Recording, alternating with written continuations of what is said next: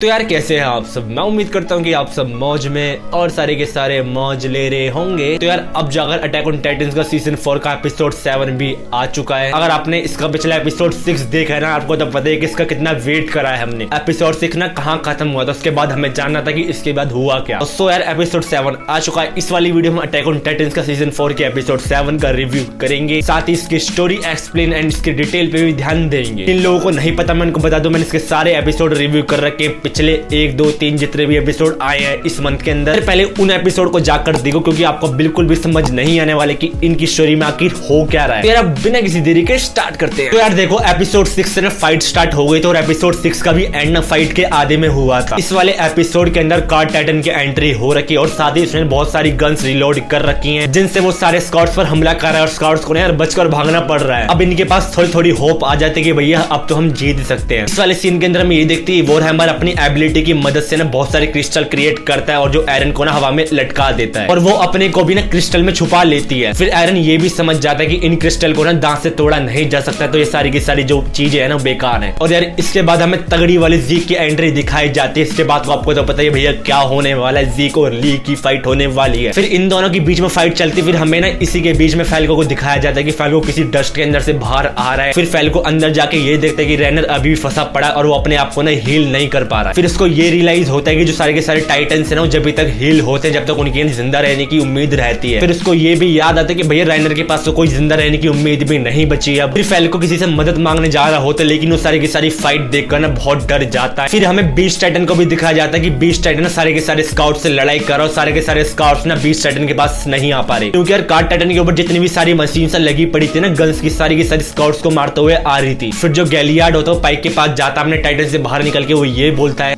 उस पर ध्यान रखना, वो बहुत खतरनाक है। इसके बाद एरन को दिखाया जाता है, एरन अपने टाइटन से बाहर निकल कर आता है और एरन दोबारा शिफ्ट हो जाता है टाइटन्स के अंदर। सारे के सारे शौक हो जाते हैं कि भैया इतना सब करने के बाद भी दोबारा शिफ्ट हो रहा है टाइटन के अंदर, और वो वॉरहैमर टाइटन से अपनी पुरानी बॉडी को छुटा लेता है। फिर पाइक उन सारे के सारे लोगों को समझाते कि हमारे जीतने के चांसेस अब ज्यादा है, क्योंकि सारे के सारे लोग ना ये ना कोने में फंसते जा रहे हैं, तो हमारे जीतने के चांसेस ज्यादा हो रहे हैं। फिर जो फैल्को होता है वो कैप्टन मैगिथ के पास जाता है और वहां पर ना गेवी भी होती है। ये सारे फाइट्स को देख रहे होते हैं और जो कैप्टन होता है इन सबको भगाने की कोशिश करता है यहाँ। फिर फैल्को उन को बता दे कि राइनर ना अभी भी फंसा पड़ा, ना वो वहां से हील हो पा रहा है, ना वो निकल पा रहा है वहां से। फैल्को ये बोलता है कि राइनर स्टेट के पीछे फंसा हुआ है और इसकी ये हालत ना एरन ने करी है। फिर इस वाले सीन के अंदर हमें दिखाया जाता है शिप्स का सीन। फिर हमारे अरमीन की एंट्री होती है। अरमीन सारे के सारे शिप के क्रू को देखता है। फिर इसके बाद ये टाइटन में ट्रांसफॉर्म हो जाता है और आपको तो ये बताया कि जब ये ट्रांसफॉर्म होता है ना टाइटन के अंदर, यानी कि सारी की सारी ना आसपास की चीजें फट जाती है। जब सारे लोगों का उस पर ध्यान होता है ना, इसी का फायदा उठाते हुए कैप्टन लीवियन ज़ीक के ऊपर हमला कर देता है और उसे हरा देता है। और सारे के सारे स्काउट्स ना कंटिन्यूअसली कार्ड टाइटन के ऊपर हमला करते रहते हैं और जो सासा होती है ना मशीन गन चलाने वालों के ऊपर ना हेडशॉट से सबको मार देती है। फिर जो फैल्को होता है पाइक को लेकर चला जाता है उसे बचाने के लिए। फिर जो गैलियार्ड होता है ना सारी की सारी चीजें सहन नहीं कर पा रहा होता, उसे बहुत तेज गुस्सा आता है और एरन से ना फाइट करने चला जाता है। गैलियार्ड फाइट करते समय ना गलती से वॉरहैमर टाइटन के ऊपर हिट कर देता है। फिर जो एरन होता है ना वो ये देखता है कि ये सारे के सारे क्रिस्टल ना गैलियार्ड के हिट करने से टूट रहे हैं। फिर एरन को ये रियलाइज होता है कि सारे सारे क्रिस्टल ना गैलियार्ड टाइटन तोड़ सकता है। फिर अपनी फाइट कंटिन्यू करता है उससे। इसके बाद हमारे हांजी की एंट्री होती है एक प्लेन के साथ, जिसके अंदर में एक नया कैरेक्टर देखने को मिलता है। फिर इन सब की फाइट हो रही होती है। जो एरन होता है ना गैलियार्ड के हाथ पैर तोड़ने लगता है और जब इसका सर बसता है ना इसके सर के अंदर एक क्रिस्टल को डाल लेता है और फिर उसको दबाने लग जाता है। उसको तोड़कर ना वॉरहैमर टाइटन को अपने अंदर ऑब्टेन कर लेता है और साथ ही वो जो टाइटन को भी ऑब्टेन करने वाला होता है, लेकिन सारे के सारे लोग ना उसे रोकने की कोशिश करते हैं और वो सारे के सारे राइनर को आवाज लगाते हैं तेज, कि उनका एक ही मोटिव होता है कि राइनर को आवाज लगा के उन्हें उठाना। और यार फिर आता है यहाँ तगड़ा मजा। राइनर को सारी की सारी आवाजें सुनाई दे रही होती हैं और वो एकदम से ट्रांसफॉर्म होकर एरन की आंखों में आंखें डाल के ये बोलता है डाई इन पीस, और इसी के बाद हमारा एपिसोड खत्म